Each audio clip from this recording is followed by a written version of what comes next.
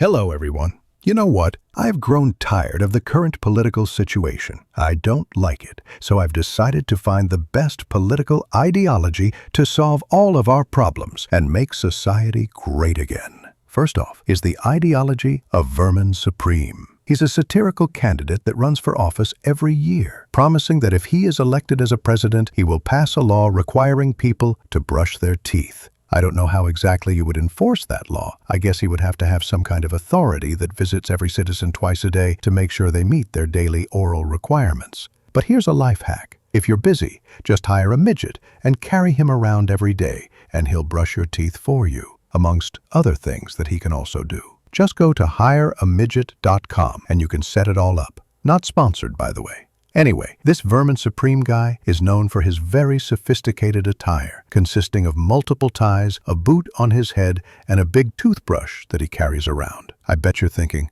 wow, what a nice and wholesome guy. And you're right. In fact, he's so generous and nice that he promises a free pony for every American. This guy has it all. Even a good solution for climate change. Just use zombies for renewable energy. And sadly, I don't know how to explain that. So moving on to Posadism, or as I like to call it, crackhead communism. Posadists basically want nuclear war, because a nuclear winter would be able to completely destroy civilization. And that's great, because out of the ruins of the old and boring capitalist civilizations, they can rebuild it and apply real communism this time. But I don't think they really understand nuclear weapons if they think a nuclear winter will make a good basis for rebuilding civilization. But that's all right, because they have a solution for that. Aliens. They believe in UFOs and see them as a sign of great technological advancement, and the only type of society that could create such technology would be a communist one. So if their plan to annihilate humanity with a nuclear winter doesn't work,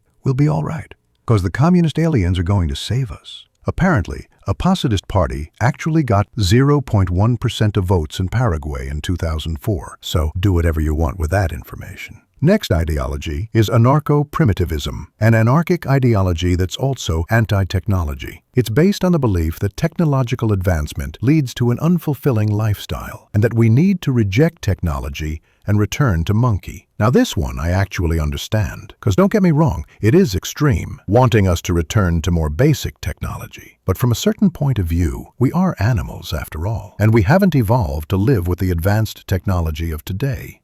Anyway, we also have Soulism, which strives for the abolishment of hierarchies, such as state, capital, and even gravity somehow. They believe that it would be possible by ascending to a higher level of being. Because why care about actual problems in the world when we can just become gods and remove physics instead? Sounds realistic and reasonable. Anyway, I also have an honorable mention that's more of a form of government than an ideology. Liftocracy. Quoted from Urban Dictionary, it is a form of government where whoever can lift the most weight gets full executive, legislative, and judicial oversight. Liftocratic governments may change hands to whomsoever lifts more than the current reigning alpha. Liftocracy, in a literal sense, therefore, may be regarded as the strongest form of government ever devised. And who doesn't want a strong government, right? So these were the best ideologies that I could find that really appeal to me in a certain way. Anyway, that's all I had to say about that. I'm Psilosopher, and tomorrow